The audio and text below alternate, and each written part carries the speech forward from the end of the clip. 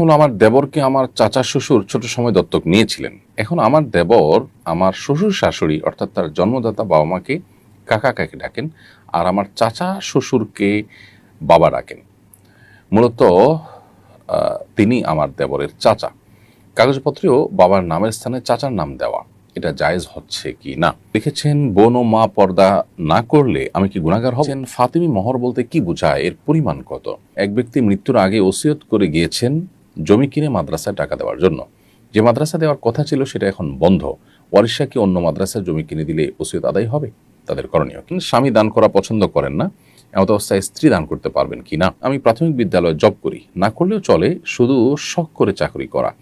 মুসলিম নারী হিসেবে এটা কি আমার জন্য জায়েজ হবে? দয়া করে জানেন। আমার মেয়ের নাম ফারিস্তা রাখতে চাই, এ নাম রাখতে কোনো অসুবিধা আছে কিনা?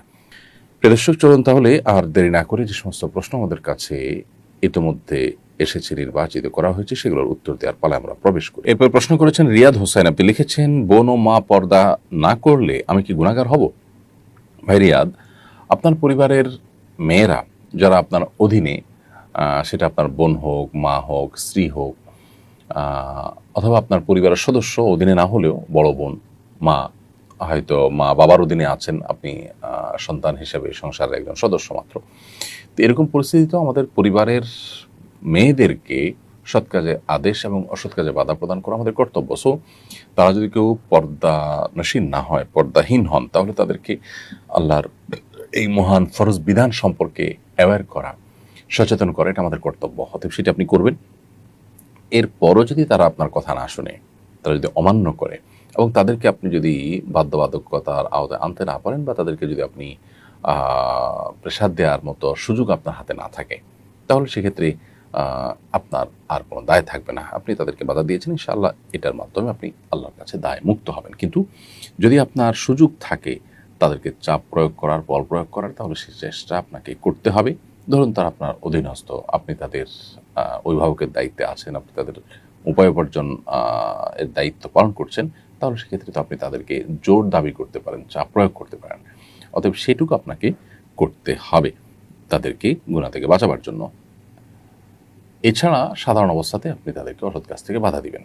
তারপরও যদি তারা ফিরে না আসে, ইনশাআল্লাহ বিদিন আল্লাহর কাছে আপনার কোনো দায় থাকবে না। কামরুন নাহার, আপনি লিখেছেন, ফাতিমি মোহর বলতে কি বোঝায়, এর পরিমাণ কত? মোহরে ফাতিমি বলতে বোঝায় নবী করিম সাল্লাল্লাহু আলাইহি সাল্লামের পত্নী ফাতিমা রাদিয়াল্লাহু তাআলা আনহার বিয়েতে যে মোহরটা ধার্য হয়েছিল সেটি।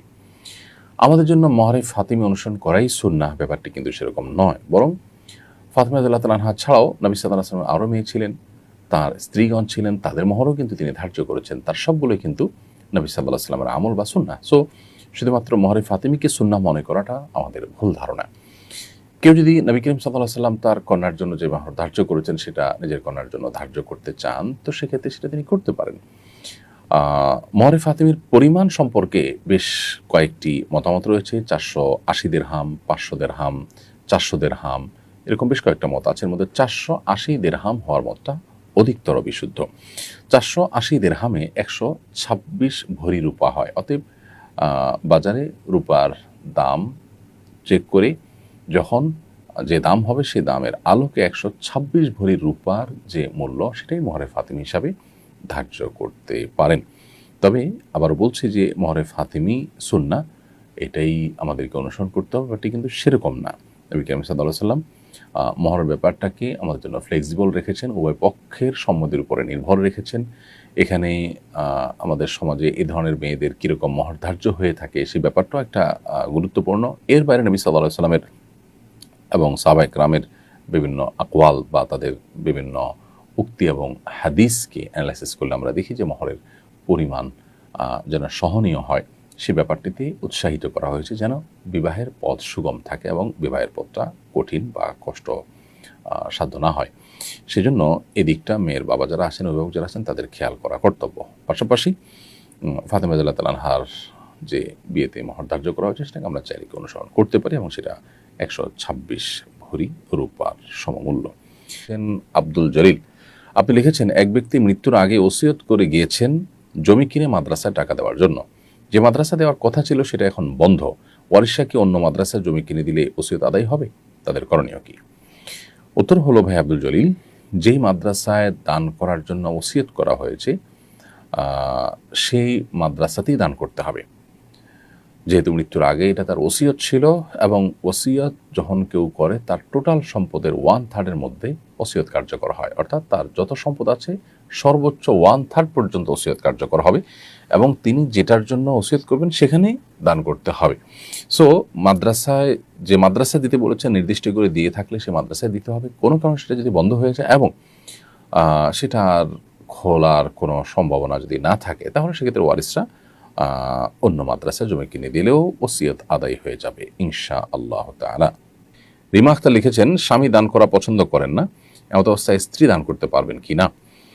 উত্তর হলো যে স্ত্রী দান করতে হলে তার নিজের সম্পদ থেকে দান করতে পারবেন তিনি, এবং স্ত্রীর নিজের সম্পদ দান করার ক্ষেত্রে স্বামীর সম্মতির প্রয়োজন নেই, অর্থাৎ স্বামীর সম্মতি নেওয়া ছাড়াও তার সম্পদ থেকে তিনি স্বাধীনভাবে দান করতে পারবেন, কারণ শরিয়া প্রত্যেকের সম্পদের ক্ষেত্রে পরিপূর্ণ মালিকানা এবং সেখানে হস্তক্ষেপ করবার এখতিয়ার শুধু তাকেই দিয়েছে, অন্য কাউকে নয়। সো আপনি নিজে মালিক হলে আপনার সম্পদ দান করতে পারেন, কিন্তু স্বামীর টাকা থেকে বা স্বামীর সম্পদ থেকে যদি দান করতে হয় সেক্ষেত্রে স্বামীর কিন্তু সম্মতি প্রয়োজন। স্বামী স্ত্রীর মধ্যে অনেক সময় বোঝাপড়া থাকে এরকম যে স্বামীর মানিব্যাগ থেকে, তার টাকা থেকে এই পরিমাণ টাকা দান করলে স্বামীর সেখানে সম্মতি থাকে, অমত থাকে না, তাকে জিজ্ঞেস করলে তিনি অমত করবেন না, আপনি নিশ্চিত, এরকম ভালো সুসম্পর্ক থাকলে সেক্ষেত্রে স্বামীর মৌন সম্মতি আছে ধরে আপনি স্বামীর টাকা থেকে দান করতে পারবেন। কিন্তু যদি আপনার সন্দেহ হয় যে না, এই টাকা তিনি দান করতে দিবেন না, যেমনটা আপনি লিখেছেন যে তিনি দান করা পছন্দ করেন না, তাহলে সেক্ষেত্রে তার অজান্তে তার সম্পদ থেকে আপনি দান করতে পারবেন না, কারণ নফল দান করার জন্য শরিয়া তাকে বাধ্য করেনি। সেক্ষেত্রে আপনি তার সেই টাকা তাকে না জানিয়ে খরচ করলে সেটা হবে তার সম্পদে আপনার অন্যায় হস্তক্ষেপ, সেটা কিন্তু জায়েজ হবে না। যদিও কাজটা ভালো, কিন্তু এই ভালো কাজ করবার জন্য আপনি আরেকজনের হক নষ্ট করতে পারেন না, যেহেতু শরীয়ত তাকে এটা করতে বাধ্য করেনি। সো এক্ষেত্রে স্বামী স্ত্রী উভয়ে পরস্পরের অধিকার এবং প্রাপ্য এবং কতটুকু অধিকার আছে সেই মাপজোপগুলো আমাদেরকে বুঝে তারপরে করতে হবে। এমনিতে স্বামীকে তার সম্পদ থেকে দান করার জন্য উদ্বুদ্ধ করা যেতে পারে এবং তার সম্মতি আদায় করে তারপরে সেখান থেকে দান করতে পারেন, অন্যথায় আপনি তার সম্পদের থেকে দান করতে যাবেন না। ফজিলাতুন নেসা লিখেছেন, আমি প্রাথমিক বিদ্যালয়ে জব করি, না করলেও চলে, শুধু শখ করে চাকরি করা। মুসলিম নারী হিসেবে এটা কি আমার জন্য জায়েজ হবে? দয়া করে জানাবেন। বোন ফজিলাতুন নেসা, আপনি যদি বিবাহিত হন তাহলে সেক্ষেত্রে আপনার স্বামীর অনুমোদনের ক্ষেত্রে প্রয়োজন। স্বামীর সংসার যখন করবেন তখন স্বামীকে আল্লাহ রাব্বুল আলামিন অভিভাবকত্বের জিম্মাদারি দিয়েছেন, দায়িত্ব দিয়েছেন। একটা দাম্পত্য জীবনে সুখ শান্তির জন্য একে অন্যকে সমীহ করা, শ্রদ্ধা করা, স্নেহ করা, ভালোবাসা, এটা যেমন গুরুত্বপূর্ণ, ঠিক তেমনিভাবে একজনকে অভিভাবক হিসাবে মানাটা এটা প্রয়োজনীয়। একটি দোকানে দুজন মানুষ যদি কাজ করেন, তাদের মধ্যে একজন দায়িত্বশীল, একজন তার সহকারী বা তার অধীনস্থ হিসাবে কাজ করতে হয় শৃঙ্খলার প্রয়োজনে। এই প্রয়োজনটা আমরা অনেকে আজকাল বোঝার চেষ্টা করি না।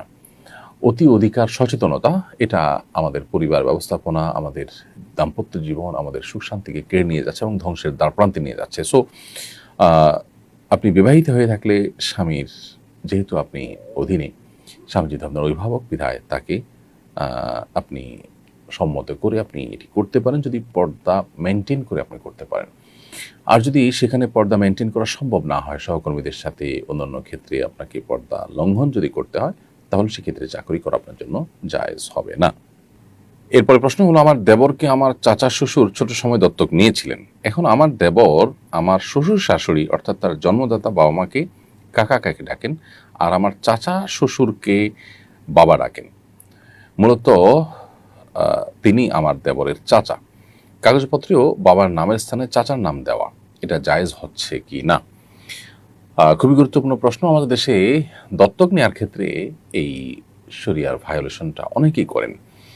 যিনি আপনাকে দত্তক নিয়েছেন তাকে আপনি সম্মান জানিয়ে বাবা বা বাবার সমতুল্য হিসাবে ডাকলেন, কিন্তু কাগজপত্রে এবং পরিচয় দেওয়ার ক্ষেত্রে আপনার জন্মদাতা বাবার সাথেই আপনাকে সম্বন্ধ করতে এবং তার পরিচয় আপনাকে পরিচিত হতে হবে।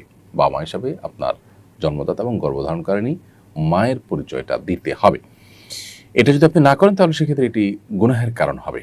আল্লাহ তাআলা কোরআনে কারিমে বলেছেন, উদউহুম লিআবাহিহিম ওয়াকসিতু ইনদাল্লাহ, তোমরা সন্তানদেরকে তাদের জন্মদাতা বাবার নামে ডাকো, বাবার সাথে সম্বন্ধ করে ডাকো, অমুকের ছেলে অমুকের মেয়ে এভাবে ডাকো, দত্তক যিনি নিয়েছেন তাদের ছেলে মেয়ে হিসাবে পরিচয় দিবে না। এটাকে আল্লাহ তাআলা পরিষ্কারভাবে কোরআনে কারিমে আমাদেরকে নির্দেশ হিসেবে জারি করেছেন। এছাড়া সহিহ বুখারীতে বর্ণিত হাদিসের নবী করিম সাল্লাল্লাহু আলাইহি ওয়াসাল্লাম থেকে বর্ণিত হয়েছে, তিনি বলেছেন, যে ব্যক্তি তার বাবা নয় এরকম ব্যক্তিকে বাবা হিসাবে দাবি করবে বা বাবা হিসাবে স্থির করবে, ফাল জান্নাতু আলাইহি হারাম, জান্নাত তার জন্য হারাম। এই জন্য আপনার দেবরের উচিত এই কর্মকাণ্ড পরিহার করা। চাচা শ্বশুর আপনার অর্থাৎ তার চাচা, তারা যেহেতু তাদেরকে লালন পালন করেছেন, তাকে লালন পালন করেছেন, সো চাচা বাবার মতো, সেই হিসাবে তাকে সম্মান জানিয়ে বাবা সম্বোধন করাতে দোষ নেই। কিন্তু তার জন্মদাতা বাবাকে চাচা ডাকা দোষের, তাকে বাবা হিসাবে ডাকতে হবে, বাবা ডাকতে হবে, মাকে মা হিসাবে ডাকতে হবে, এবং কাগজপত্রে বাবা মার জায়গায় নিজের জন্মদাতা বাবা মার নাম থাকতে হবে। পালক রেখেছেন যে চাচা তার নাম রাখা যাবে না, যদি তিনি এটা করে থাকেন তিনি গুনাহগার হচ্ছেন, তার উচিত তওবা করা এবং তার অবস্থার সংশোধন করা। এরপরে বোন রমি আক্তার আপনি লিখেছেন, আমার মেয়ের নাম ফারিস্তা রাখতে চাই, এ নাম রাখতে কোনো অসুবিধা আছে কিনা? এ নামটা না রাখা অনুচিত হবে। আপনার সন্তানের জন্য আপনি সুন্দর নাম নির্বাচন করবেন, কিন্তু ফেরেশতা এটা কোনো মানুষের নাম হওয়ার মতো বিষয় নয়। আল্লাহ রাব্বুল আলামিন মানুষকে মানুষ হিসেবে তৈরি করেছেন, অতএব তার নামের মধ্যে যদি আপনি এমন কোনো শব্দ রাখেন বা এমন কোনো কিছু রাখেন যেটা আসলে মানুষের পরিচয়কেই আপনার বহন করে না, তাহলে সেটা অনুচিত, কারণ এটা অবাস্তব। তাছাড়া আল্লাহ তাআলা মানুষকে যে প্রকৃতি তৈরি করেছেন, ফেরেশতাদেরকে ভিন্ন প্রকৃতি তৈরি করেছেন, বিধায় এ ধরনের নাম পরিহার করে আপনি মেয়ে হিসাবে সর্বোত্তম নাম হয় আমাতুল্লাহ, আমাতুর রহমান, আল্লাহর বাদী, রহমানের বাদী, এইরকম নাম আপনি তাদের রাখতে পারেন। এছাড়া আল্লাহর যে কোনো গুণবাচক নামের শুরুতে আমা শব্দটি অর্থাৎ বাদী বা দাসী শব্দটি যুক্ত করে আপনি নাম রাখতে পারেন। এর বাইরে আপনি সাহাবা ইকরামের নাম, মহিলা সাহাবীদের নাম, তারপরে নবী রাসূলদের পরিবার এর সদস্য, মেয়ের সদস্যদের নাম, এবং নেককার এবং মুহাদ্দিসা বহু মহিলা পৃথিবীর ইতিহাসে গত হয়েছে, তাদের নামে আপনার মেয়েকে নামকরণ করতে পারেন।